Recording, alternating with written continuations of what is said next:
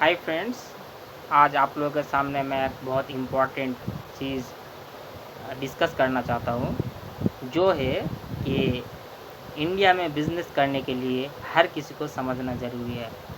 मैं एक कोर्स किया था और उस कोर्स के बदले में मैं ये ये नॉलेज मुझे मिला, मैं इसको समझ पाया और मैं चाहता हूँ कि अपना समझ ज़ाया ना जाए, इसलिए आप लोगों के साथ मैं शेयर कर रहा हूँ। अगर कोई भी बिज़नेस करना चाहता है तो इसका नॉलेज हर किसी को रहना ज़रूरी है। जो मैं प्रेफ़र भी करता हूँ कि बिज़नेस से बड़ा कुछ नहीं, इंडिया का यूथ का एक ही करियर ऑप्शन है, जहाँ पे वो बहुत ज़्यादा सक्सेसफुल हो सकता है, वो एक ही है मैन्युफैक्चरिंग। और मैन्युफैक्चरिंग फील्ड में अगर आप बहुत अच्छा बन गया, तो आपको लीगल तरीके से बिज़नेस करना होगा और जिसके लिए बहुत इम्पॉर्टेंट चीज़ है जीएसटी को समझना और जीएसटी से जो भय है, जो डर है, उसको दूर निकालना। तो मैं आप लोगों को मेरा जो कोर्स किया, वो कोर्स करने के लिए मुझे 8,000 खर्च करना पड़ा था, तभी मुझे समझ में आया और मुझे जो समझ में आया, वो आसान तरीके से आप लोगों को मैं समझाना चाहता हूँ, आप लोगों को मैं बताना चाहता हूँ कि आप लोग ये समझ लीजिए।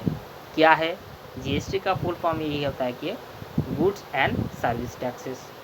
कोई भी आपका ट्रांजैक्शन हो गुड्स लेने के या सर्विस लेने के बाद, तो आपको गवर्नमेंट को टैक्स देना पड़ता है। कुछ भी खरीदो या कोई भी आप सर्विस ले लो, तो इसका हिसाब कैसा है?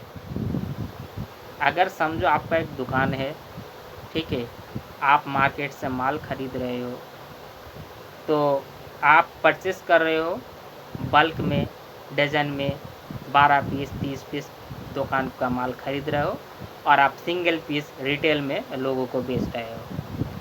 तो आप जब खरीद रहे हो, खरीदने के समय में आपका प्रोडक्ट का जितना भी परसेंट जीएसटी होगा, ठीक है, 5%, 18% या 28% जो भी हो, तो आप जब खरीद रहे हो, तो आप परचेस करने के समय जितना रुपया आप जीएसटी अपना जहाँ से परचेस कर रहे हो उसको दे रहे हो, तो वो उसका जीएसटी का अमाउंट आपके पास आ गया।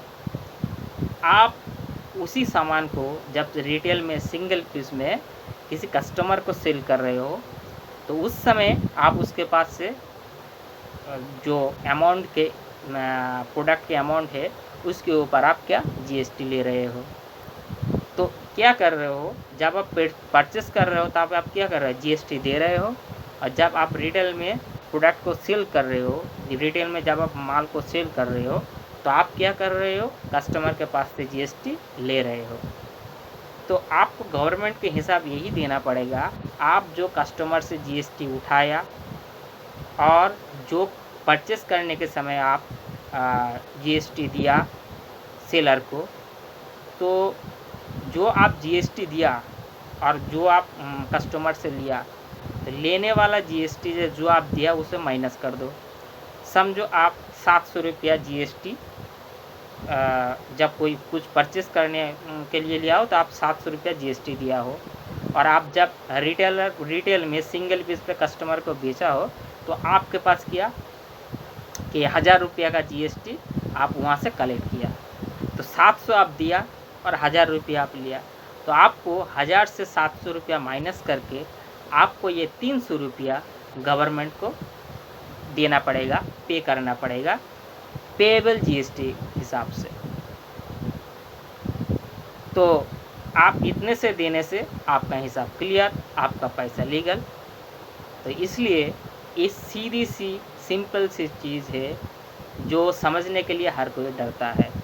आपको कुछ नहीं करना है, आपको जब परचेस करना है, तब जिसके पास परचेस कर रहे हो उसको जीएसटी दे दो, और आप रिटेल में जिसे बेच रहे हो उसके पास से आप जीएसटी ले लो।